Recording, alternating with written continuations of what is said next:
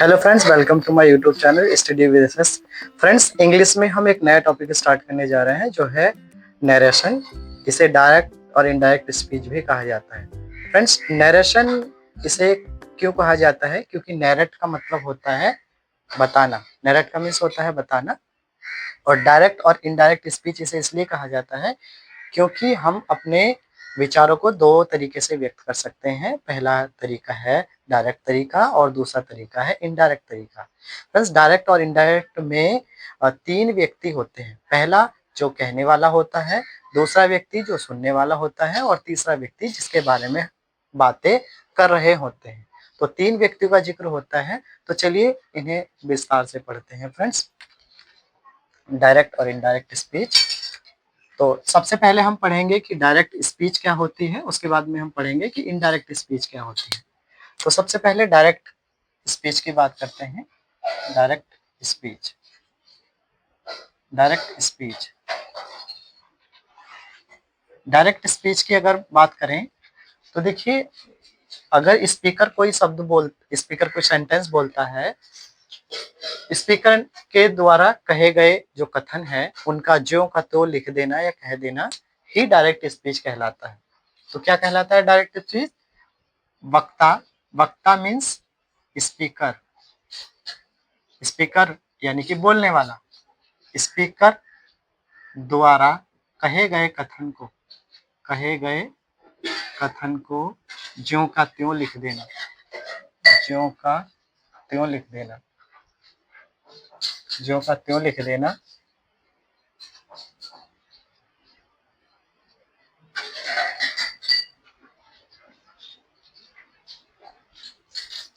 लिख देना या कह देना,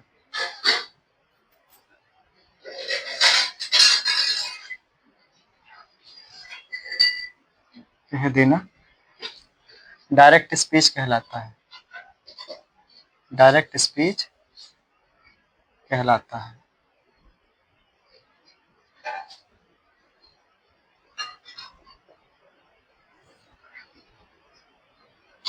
तो फ्रेंड्स, स्पीकर ने कोई शब्द बोले, कोई कथन बोला, और अगर हम भी वैसा का वैसा ही कथन लिख दें या कह दें तो वो डायरेक्ट स्पीच कहलाता है। स्पीकर द्वारा कहे गए कथन को ज्यों का त्यों लिख देना, जैसा स्पीकर ने कहा हमने भी वैसा का वैसा ही कह दिया, उसमें कोई परिवर्तन नहीं किया, तो वो कहलाएगा डायरेक्ट स्पीच। क्या कहलाएगा? Direct speech. उसे डायरेक्ट स्पीच कहलाएगा। जैसे जैसे है फ्रेंड्स, ही, एग्जाम्पल लेते हैं। ही said to me,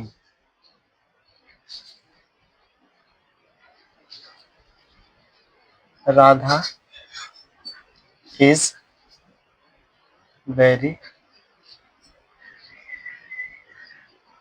good। ये कहा स्पीकर ने। ही, स्पीकर इसमें ही है। उसने कहा, उसने मुझसे कहा राधा बहुत अच्छी है। यहाँ पर कॉमा, यहाँ पर इन्वर्टेड कॉमास में लिखा जाता है, यहाँ पर इन्वर्टेड कॉमास क्लोज, यहाँ पर फुल स्टॉप लगता है।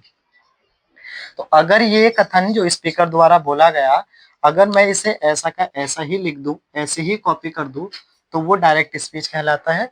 और अगर इसे मैं बदलकर अपने शब्दों में लिख दूं या कह दूं तो वो इनडायरेक्ट स्पीच कहलाता है। आपको ध्यान में रखना है। तो चलिए, ये डायरेक्ट स्पीच था, ये था डायरेक्ट, ये डायरेक्ट स्पीच था।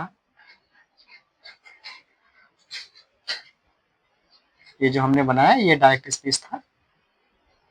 चलिए मैं यहाँ पर लिख देता हूँ डायरेक्ट स्पीच, डायरेक्ट स्पीच। ठीक, ये था हमारा डायरेक्ट स्पीच। अब इनडायरेक्ट स्पीच, अगर हम इनडायरेक्ट स्पीच बनाएंगे, इसका इनडायरेक्ट स्पीच, तो ये डायरेक्ट स्पीच था। चलिए इनडायरेक्ट स्पीच की भी मैं परिभाषा आपको बता देता हूँ। इनडायरेक्ट स्पीच की परिभाषा है, अब हम लोग इनडायरेक्ट स्पीच की परिभाषा देखते हैं कि इनडायरेक्ट स्पीच क्या होती है। प्रत्यक्ष कथन, डायरेक्ट स्पीच मीन्स प्रत्यक्ष कथन, और इनडायरेक्ट स्पीच मीन्स अप्रत्यक्ष कथन। तो इसमें भी है इसकी परिभाषा है वक्ता, वक्ता मीन्स स्पीकर,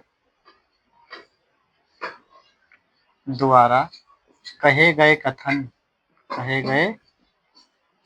कथन को बदलकर अपने शब्दों में कह देना या लिख देना, अपने शब्दों में कह देना या लिख देना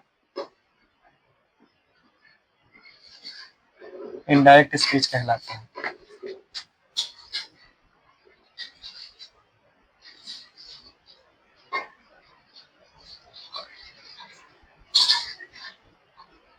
इनडायरेक्ट स्पीच कहलाता है। कैसे, देखिए ऊपर का ही एग्जांपल ले लेते हैं हम। तो डायरेक्ट स्पीच ऊपर वाली लेते हैं हम एग्जांपल, डायरेक्ट है ये। ही said to me, comma inverted commas में लिखा जाता है ये वाक्य, राधा इज वेरी गुड।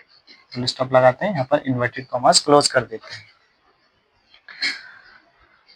तो चलिए ये डायरेक्ट था। अब हम डायरेक्ट की परिभाषा बताई थी कि वक्ता द्वारा कहे गए कथन को ज्यों का त्यों लिख देना या कह देना डायरेक्ट स्पीच कहलाता है, और वक्ता द्वारा कहे गए कथन को बदलकर अपने शब्दों में लिख देना या कह देना इनडायरेक्ट स्पीच कहलाता है। अब चलिए इसकी इनडायरेक्ट स्पीच हम बनाते हैं।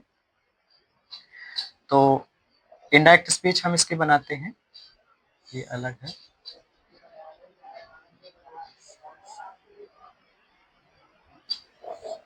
ये इनडायरेक्ट स्पीच, अच्छा इसके इनडायरेक्ट स्पीच बनाते हैं। इनडायरेक्ट बनाएंगे स्पीच तो है ही ये। तो इसकी इनडायरेक्ट स्पीच बनेगी, चूंकि यहाँ पर इनडायरेक्ट में बदला जाता है।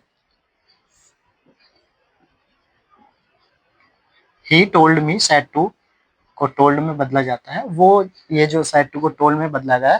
फ्रेंड्स यहाँ पर जो परिवर्तन हुए वो परिवर्तन आपको नेक्स्ट रोल में पढ़ाए जाएंगे, तो प्लीज आप इन चीजों पर ध्यान दीजिए कि यहाँ पर किस तरीके से परिवर्तन हो रहा है। नियम सारे आपको आगे बता दिए जाएंगे, तो आप कंफ्यूज ना हो कि कैसे बदला गया, ठीक है। और कॉमा इन्वर्टेड कॉमास को हटाने के लिए हम लोग दैट का यूज करते हैं।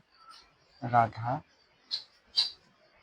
Is was very good, was very good, यहाँ पर फुल स्टॉप लग जाता है। और इनडायरेक्ट स्पीच जब हम बनाते हैं तो कॉमा इन्वर्टेड कॉमास हटा दिए जाते हैं। तो फ्रेंड्स ये डायरेक्ट स्पीच बनाया, ये इनडायरेक्ट स्पीच बनाया, ठीक है। अभी इनके नियम क्या है, क्यों ये सेड टू टोल्ड में बदला गया, वो नियम हम आगे पढ़ेंगे। फिलहाल आप ये समझिए कि डायरेक्ट स्पीच क्या होती है और इनडायरेक्ट स्पीच क्या होती है। आई होप आप लोग समझ गए होंगे कि डायरेक्ट स्पीच क्या होती है और इनडायरेक्ट स्पीच क्या होती है। इसके बाद में हम चलते हैं फ्रेंड्स डायरेक्ट स्पीच और इनडायरेक्ट स्पीच में हम पढ़ते हैं रिपोर्टिंग वर्ब और रिपोर्टेड वर्ब, यानी कि रिपोर्टिंग स्पीच पढ़ते हैं और रिपोर्टेड स्पीच पढ़ते हैं। तो फ्रेंड्स रिपोर्टिंग स्पीच और रिपोर्टेड स्पीच की बात करते हैं, क्या रिपोर्टिंग स्पीच होती है और कौन सा रिपोर्टेड स्पीच होता है। तो अगर रिपोर्टिंग स्पीच की बात करें तो इसी सेंटेंस में हम लेते हैं, चलिए एक बार फिर लिख लेता हूँ ये एग्जांपल समझाने के लिए friends. He said to me, comma inverted commas लिखेंगे, Radha is very good, inverted commas close, full stop का यूज करेंगे। यहाँ पर ये इन्वर्टेड कॉमास यहाँ पर लग जाएगा। फ्रेंड्स ये वाला जो पार्ट है, ये पूरा पार्ट, ये वाला ही से लगाकर मी तक, ये पूरा पार्ट जो कहलाता है फ्रेंड्स, ये जो पूरा पार्ट कहलाता है, ये रिपोर्टिंग स्पीच कहलाता है। क्या कहलाता है? Reporting speech. और ये जो इन्वर्टेड कॉमास में लिखा है ये कहलाता है रिपोर्टेड स्पीच। क्या कहलाता है? Reported speech. ध्यान रखना है आपको, रिपोर्टेड स्पीच कहलाता है ये। तो रिपोर्टिंग स्पीच, ये कॉमा से पहले वाला भाग रिपोर्टिंग स्पीच, और इन्वर्टेड कॉमास में जो लिखा जाता है उसे रिपोर्टेड स्पीच कहा जाता है।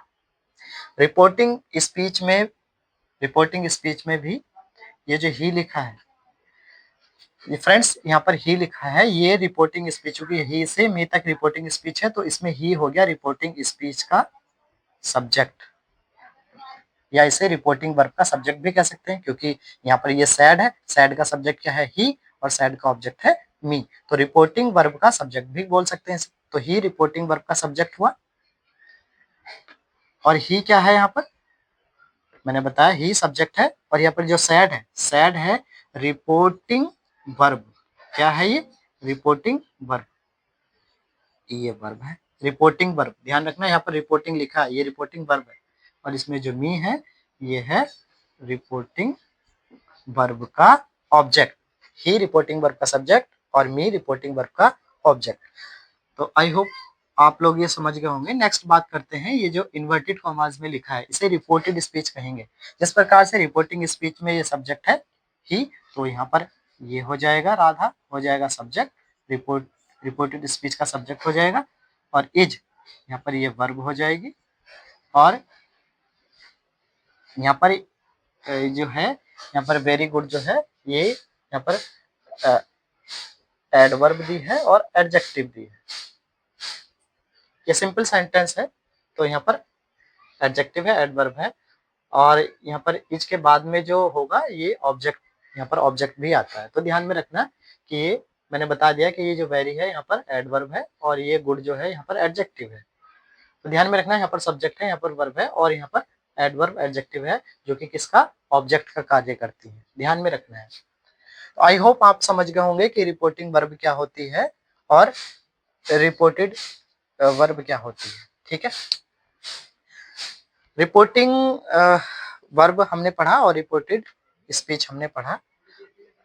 अच्छा, हम लोग अब पढ़ते हैं, देखिए डायरेक्ट से इनडायरेक्ट बनाने के लिए कुछ नियम है फ्रेंड्स जो हमें फॉलो करने पड़ते हैं। तो वे कौन से नियम हैं, चलिए हम पढ़ते हैं। अच्छा फ्रेंड्स, इससे पहले मैं सेंटेंस की बात करता हूँ। ठीक है, अगर सेंटेंस की बात की जाए तो सेंटेंस अलग अलग प्रकार से अलग अलग तरीके के होते हैं। तो सेंटेंस देखिए, अर्थ के आधार पर अगर सेंटेंस कहा जाए, अर्थ के आधार पर अगर सेंटेंस किया जाए, अर्थ के आधार पर वाक्य, अर्थ के आधार पर जो वाक्य होते हैं, अर्थ के आधार पर वाक्य, ठीक है, on the basis of meaning. तो अर्थ के आधार पर जो वाक्य होते हैं फ्रेंड्स, वो 5 प्रकार के माने गए हैं। कितने प्रकार के माने गए हैं, 5 प्रकार के। ठीक है, 5 प्रकार के वाक्य माने गए हैं अर्थ के आधार पर। और बनावट के आधार पर अगर बात की जाए तो 3 प्रकार के होते हैं। आपने पढ़ा होगा सिंपल सेंटेंस, कंपाउंड सेंटेंस और कॉम्प्लेक्स सेंटेंस, वो बनावट के आधार पर होते हैं, लेकिन ये अर्थ के आधार पर है। अर्थ के आधार पर कौन कौन से होते हैं, चलिए डिस्कस कर लेते हैं। तो पहला होता है असर्टिव सेंटेंस। असर्टिव सेंटेंस, अगर आपको लेख समझ में ना आए तो फ्रेंड्स मैं बोल रहा हूँ तो प्लीज जो मैं बोल रहा हूँ उस पर ध्यान दीजिएगा। असर्टिव सेंटेंस, आपको पता है कि असर्टिव सेंटेंस 2 प्रकार के होते हैं, अफर्मेटिव सेंटेंस और नेगेटिव सेंटेंस। अफर्मेटिव होते हैं और नेगेटिव होते हैं। तो ये था फर्स्ट इसका। सेकंड की बात करते हैं, सेकंड है इंटरोगेटिव सेंटेंस, इंटरोगेटिव सेंटेंस, और तीसरा है इंपेरेटिव सेंटेंस,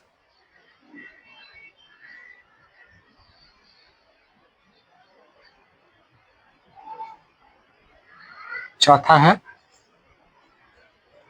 ऑप्टेटिव सेंटेंस,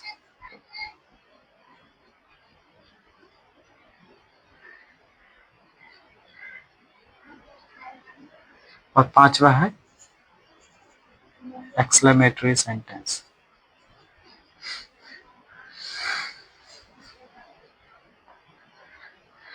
तो 5 प्रकार के सेंटेंस हैं ये फ्रेंड्स। ये 5 प्रकार के सेंटेंस किसी और वीडियो में मैं विस्तार से डिटेल से डिस्कस करूंगा।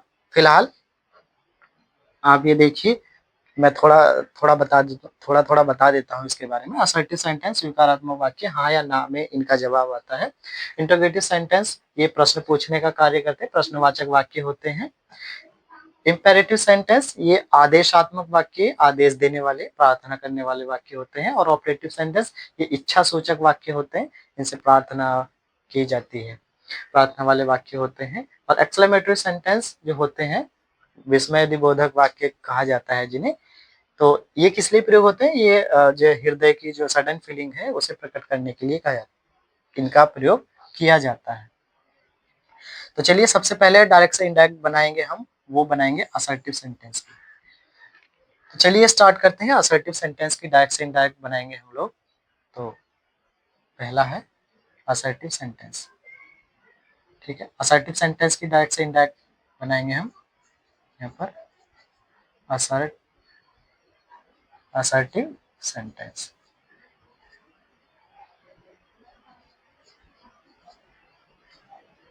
डायरेक्ट और indirect speech from assertive sentence. Assertive sentence से डायरेक्ट और इनडायरेक्ट स्पीच हम बनाएंगे।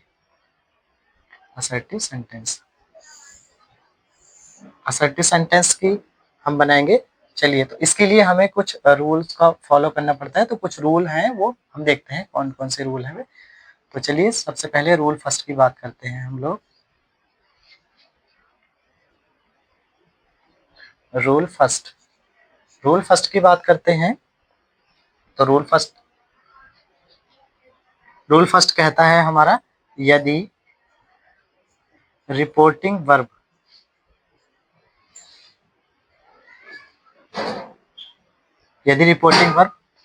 आई होप आप समझते हैं कि रिपोर्टिंग वर्ब कौन सी होती है। मैंने अच्छे से आपको समझाया है। रिपोर्टिंग वर्ब अर्थात ये वाली वर्ब, यदि रिपोर्टिंग वर्ब प्रेजेंट या फ्यूचर टेंस में हो, फ्यूचर टेंस में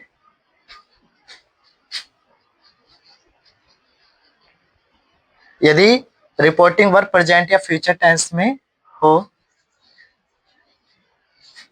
तो रिपोर्टेड स्पीच अर्थात ये वाला भाग जो इन्वर्टेड कॉमास में लिखा है फ्रेंड्स, ये रिपोर्टेड स्पीच कहलाती है। तो रिपोर्टेड स्पीच का टेंस नहीं बदलते।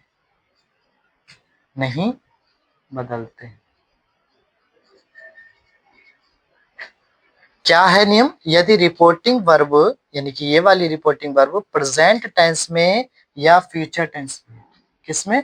प्रेजेंट टेंस में या फ्यूचर टेंस में है, तो रिपोर्टेड स्पीच, ये जो इन्वर्टेड कॉमास में लिखा है ये रिपोर्टेड स्पीच कहलाती है। That is called reported speech. तो उसका जो टेंस है वो हम नहीं बदलते।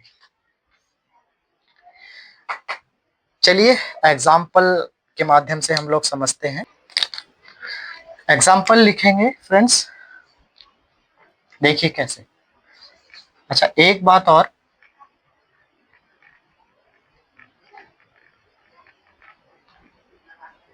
रिपोर्टिंग वर्ब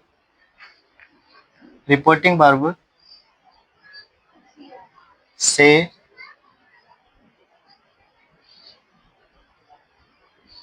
को टेल में, रिपोर्टिंग वर्ब से को टेल में, सेज टू को किसमें बदलेंगे? टेल्स में। ये टू तभी आता है फ्रेंड्स जब इस वर्ब के पश्चात में कोई ऑब्जेक्ट होता है, तब आता है ये टू। अर्थात आप कह सकते हैं कि यदि से के बाद में ऑब्जेक्ट है तो किस में बदला जाएगा? से के बाद में ऑब्जेक्ट है तो वो टेल्स में बदला जाएगा, और से के बाद में अगर ऑब्जेक्ट नहीं है तो वो टेल में ही बदला जाएगा। ध्यान में रखना, से को टेल में, सेज टू को टेल्स में, एवं सैड टू को चूंकि यहाँ पर भी ऑब्जेक्ट होगा, सैड टू को टोल्ड में बदलते हैं।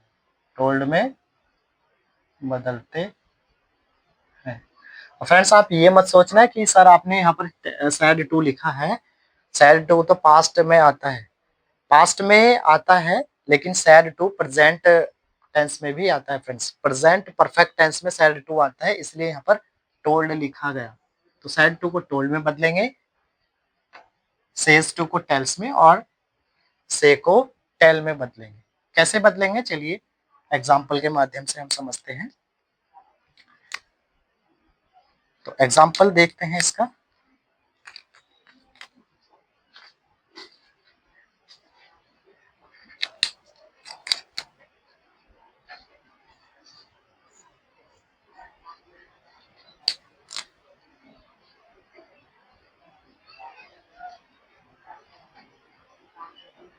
हाँ फ्रेंड्स, एक बात और, कॉमा, इन्वर्टेड कॉमास को हटाने के लिए हम लोग दैट का प्रयोग करते हैं एज ए कंजंक्शन। तो लिख देता हूं मैं,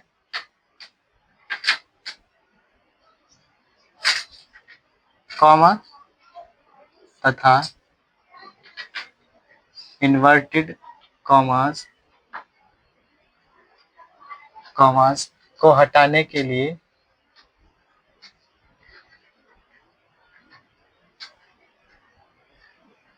कंजंक्शन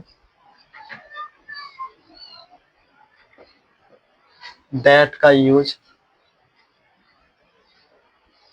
करते हैं। तो असर्टिव सेंटेंस में हम लोग क्या करेंगे, कंजंक्शन दैट का यूज करेंगे कॉमा और इन्वर्टेड कॉमास को हटाने के लिए। ठीक है, चलिए एग्जाम्पल देखते हैं। Example,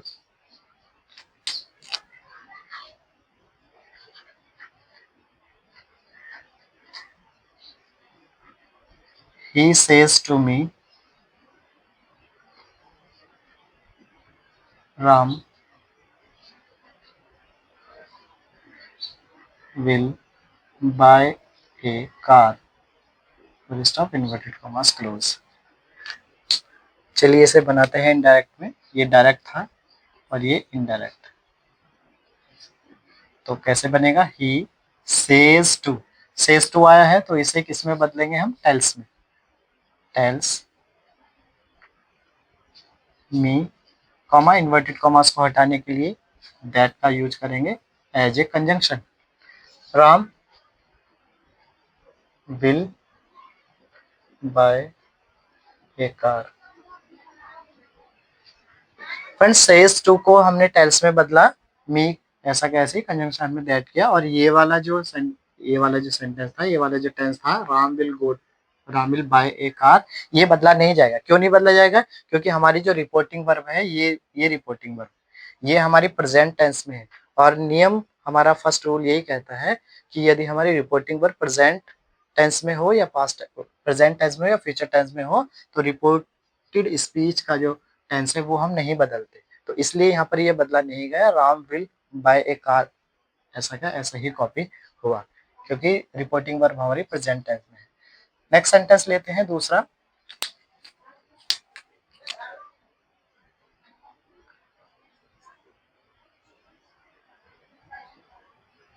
Binni will say to Sinni. Binni Sinni से कहेगी, Mohan can teach Hindi. Inverted commas close करेंगे, इन्वर्टेड कॉमास लिखेंगे, यहाँ पर क्लोज करेंगे। बिन्नी सिन्नी से कहेगी, मोहन हिंदी पढ़ा सकता है। तो इनडायरेक्ट, इसका इनडायरेक्ट बनाएंगे हम। इनडायरेक्ट में कैसे बनाएंगे, बिन्नी विल ऐसा का ऐसा ही रहेगा, say to will be changed into tell आ जाएगा यहाँ पर, Sinni. Conjunction, comma, inverted commas को हटाने के लिए हम लोग कंजंक्शन का यूज करेंगे, तो असर्टिव सेंटेंस है ये, दैट का यूज करेंगे। बाकी चूंकि यहाँ पर फ्यूचर टेंस में है तो ये वाला भाग नहीं बदला जाएगा, मोहन, कैन का कैन ही रहेगा, टीच हिंदी। यहाँ पर फुल स्टॉप करेंगे और इन्वर्टेड कॉमा और कॉमे को हम लोग हटा देते हैं। तो Binni will say to Sinni, comma inverted commas में लिखा है मोहन कैन टीच हिंदी, तो इसका इनडायरेक्ट स्पीच होगा, Binni will tell Sinni that Mohan can teach Hindi. ये भी नहीं बदला गया क्योंकि हमारी जो रिपोर्टिंग वर्ब है वो फ्यूचर टेंस में है। नियम आपको पता ही है कि अगर रिपोर्टिंग वर्ब हमारी प्रेजेंट या फ्यूचर टेंस में होती है तो रिपोर्टेड स्पीच का जो टेंस है वो नहीं बदलती, इसलिए यहाँ पर नहीं बदला गया। चलिए नेक्स्ट एक एग्जांपल और लेते हैं। रूल एग्जाम्पल 3, तो इसमें लिखा है he has said to Rekha, comma inverted commas begin, Madan will go to Agra, full stop लगाएं, इन्वर्टेड कॉमास क्लोज करके फुल स्टॉप लगाएंगे यहाँ पर। तो इसकी इनडायरेक्ट स्पीच बनाएंगे हम लोग। इनडायरेक्ट स्पीच बनेगी इसकी he has said, said to बदला जाएगा टोल्ड में, रेखा, कॉमा इन्वर्टेड कॉमास को हटाने के लिए दैट एज ए कंजंक्शन, और Madan will go to Agra.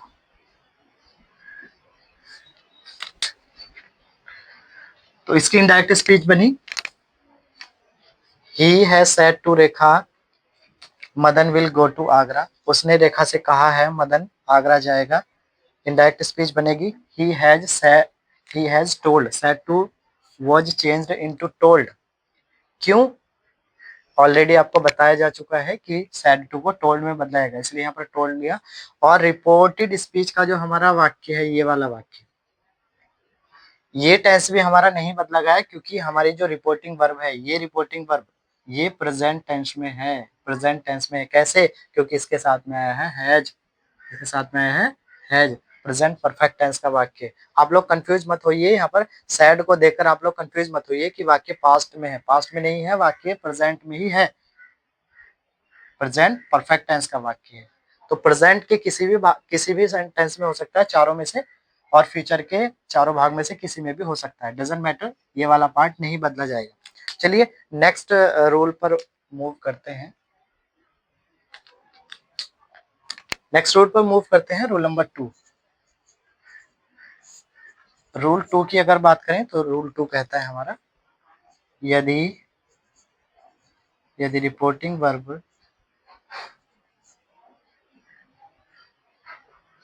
Past tense में है, पास्ट टेंस में है, और रिपोर्टेड स्पीच प्रेजेंट टेंस में है, प्रेजेंट या फ्यूचर टेंस में है, फ्यूचर टेंस में है, तो फ्यूचर टेंस में है तो रिपोर्टेड स्पीच, रिपोर्टेड स्पीच का वाक्य इस प्रकार बदलता है, इस प्रकार बदलता है।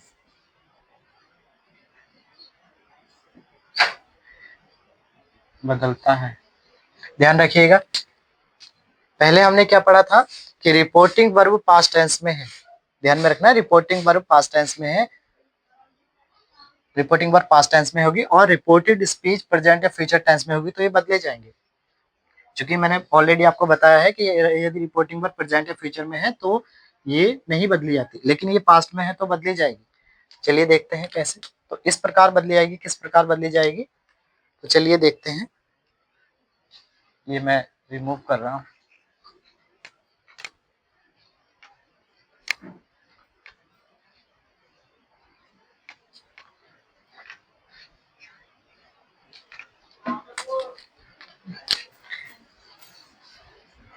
तो देखिए रिपोर्टेड स्पीच में आपको डायरेक्ट में ये रहेगा, और जब आप लोग इनडायरेक्ट स्पीच बनाएंगे, इसकी इनडायरेक्ट स्पीच बनाएंगे जब आप लोग, तो किस प्रकार से बदलेंगे देखिए।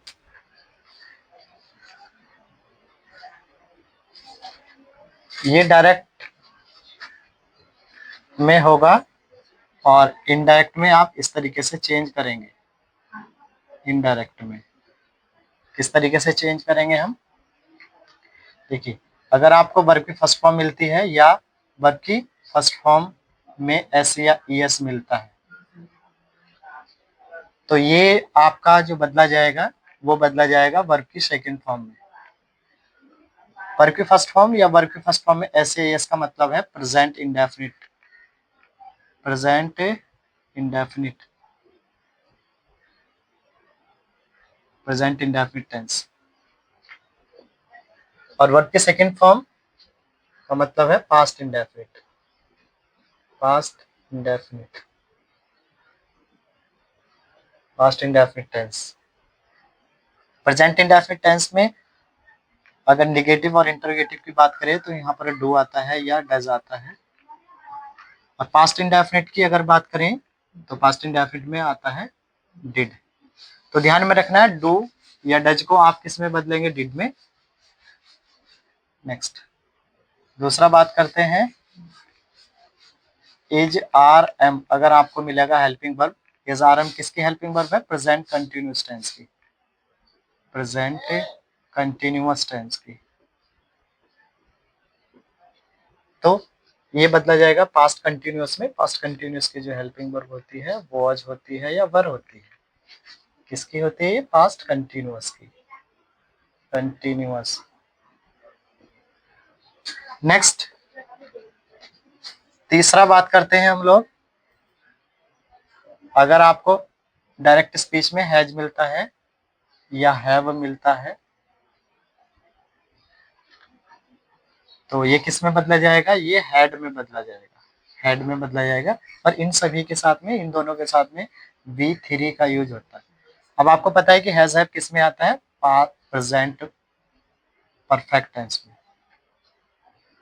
प्रेजेंट परफेक्ट टेंस में। तो ये हैज हैव किस में बदले जाएंगे, हैड प्लस V3 में बदले जाएंगे और ये आता है आपका पास्ट परफेक्ट टेंस में।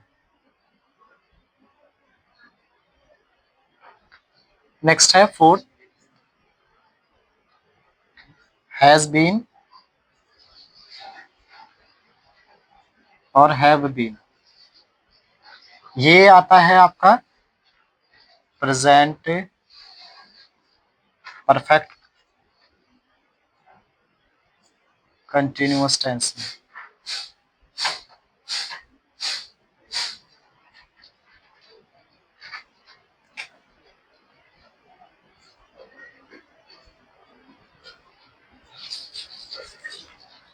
ये बदला जाएगा हैज बीन, जैसे हमने हैव, हैज और हैव को हैड में बदला था, इसी प्रकार से हैज बीन और हैव बीन को हम लोग बदल देंगे हैड बीन में, हैड बीन में।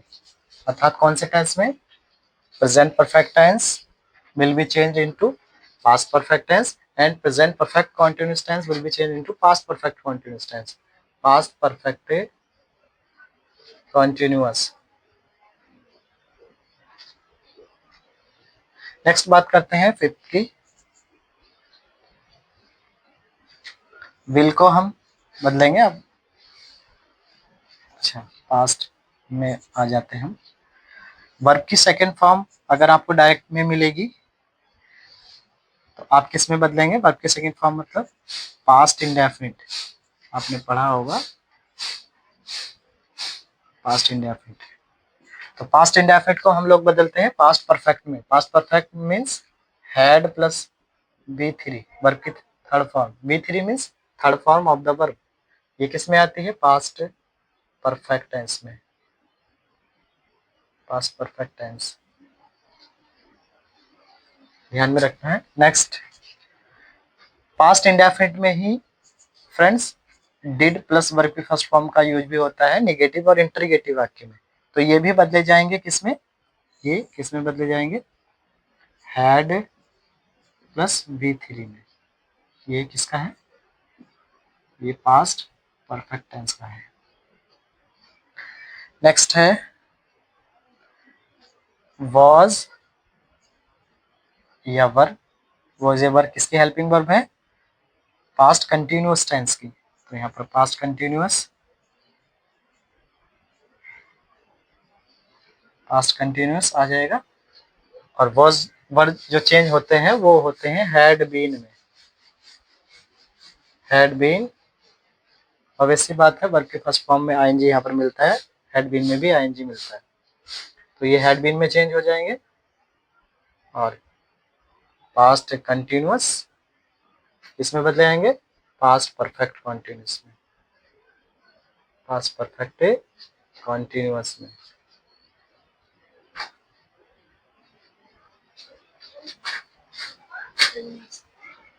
पास्ट परफेक्ट कॉन्टिन्यूअस में, ठीक है।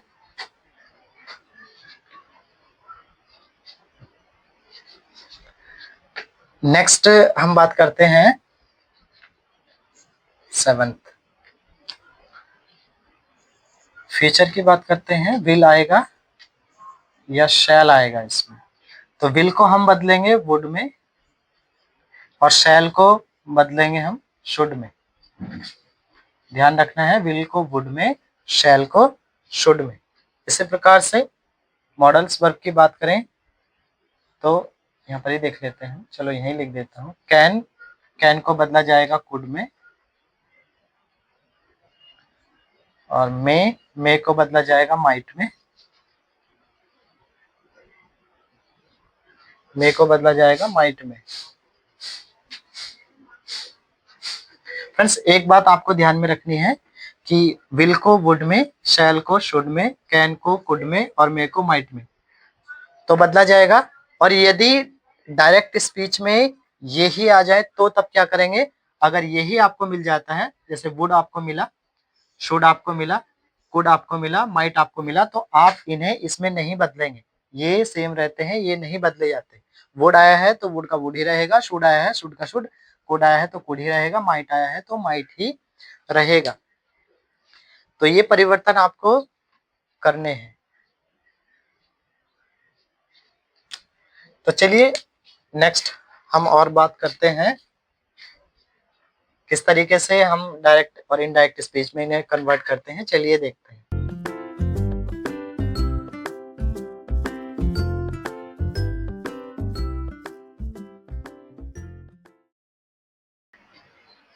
आपको पहले ही बता दिया गया है कि इसमें सैड टू को टोल्ड में बदलते हैं। चलिए एक बार लिख देता हूं मैं फिर।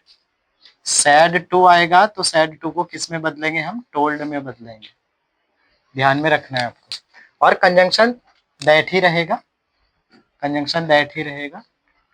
ये जो कंजंक्शन रहेगा, क्या रहेगा कंजंक्शन, इसमें दैट ही रहता है, ठीक है, इसमें भी दैट ही रहेगा, ठीक है। चलिए एग्जाम्पल देखते हैं। For example, Ram said to Rekha, Ram ने रेखा से कहा Madan will buy a car.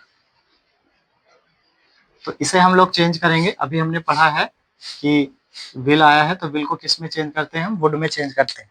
तो चलिए, राम, ये डायरेक्ट है ऊपर वाला और ये इनडायरेक्ट है, ध्यान में रखना है। राम सैड टू, ये चेंज होगा किसमें, टोल्ड में, तो टोल्ड में बदलेंगे रेखा। कॉमा, इन्वर्टेड कॉमास को रिमूव करने के लिए दैट लगाएंगे, मदन। अब ये जो रिपोर्टेड स्पीच का जो भाग है, ये वाला भाग बदला जाएगा क्योंकि हमारी जो रिपोर्टिंग वर्ब है वो पास्ट टेंस में है। जब रिपोर्टिंग वर्ब हमारी पास्ट टेंस में होती है तो रिपोर्टेड स्पीच का जो टेंस है वो बदलता है। तो मैंने बताया था, अभी आपको बताया है कि विल को किस में बदलेंगे, वुड में बदलेंगे। विल को किस में बदलेंगे, वुड में, और बाय ए कार, यहाँ पर फुल स्टॉप का यूज करते हैं।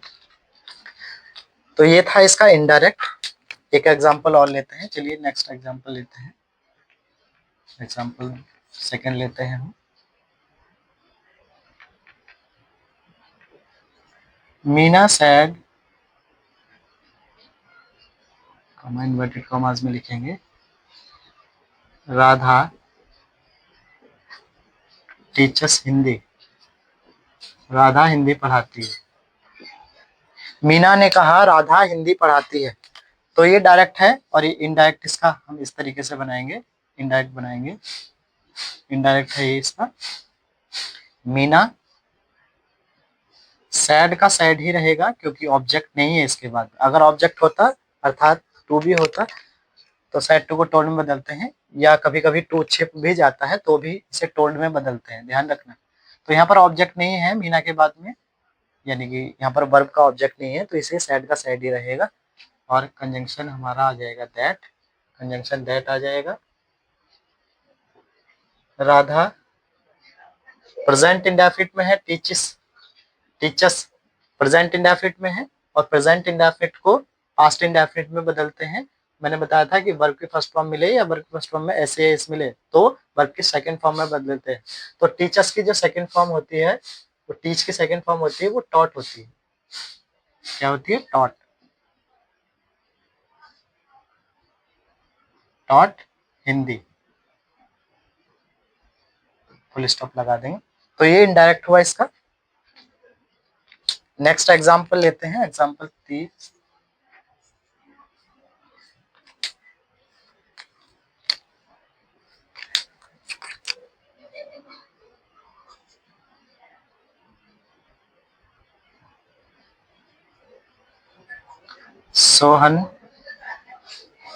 Sohan said to me.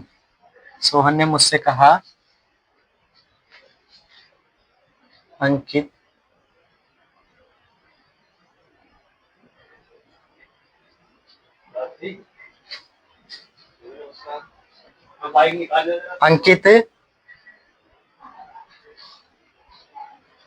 Ankit was going to school।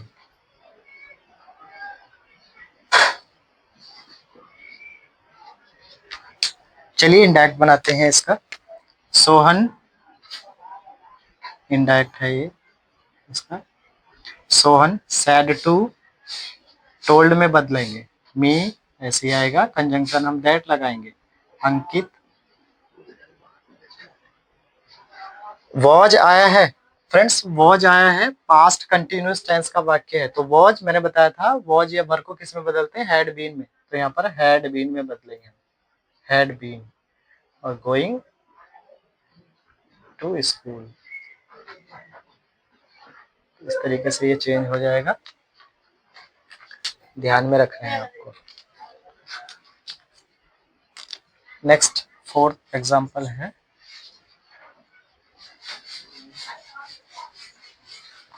Madan said Rani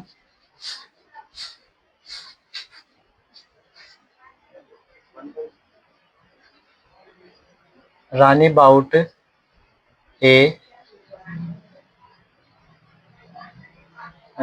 A book. चलिए बनाते हैं इसे। मदन इनडायरेक्ट होगा इसका, मदन ये इनडायरेक्ट होगा इसका। मदन सैड ऐसा का ऐसा ही रहेगा क्योंकि इसके बाद में ऑब्जेक्ट नहीं है। कंजंक्शन हम दैट लगाएंगे। रानी बाउट पास्ट इंडेफिनिट में है, पास्ट इंडेफिनिट में है तो किस में बदल जाएगा? पास्ट परफेक्ट टेंस में। तो बाउट का हो जाएगा यहाँ पर हैड बाउट। बाउट की सेकंड फॉर्म भी बाय के सेकंड फॉर्म बाउट और थर्ड फॉर्म भी बाउट ही होती है, तो यहाँ पर बाउट हो जाएगा।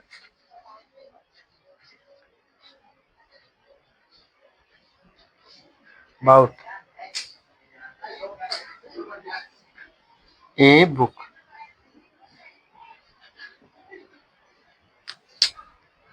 तो फ्रेंड्स ये थे 2 रूल्स जो हमने आज डिस्कस किए। नेक्स्ट रूल्स अगली वीडियो में कंप्लीट किए जाएंगे। फ्रेंड्स बताइए आपको वीडियो कैसे लगी, and thanks for watching. Tell me how did you like the video and like it, just share with your friends. Thanks for watching friends, take care yourself, thank you.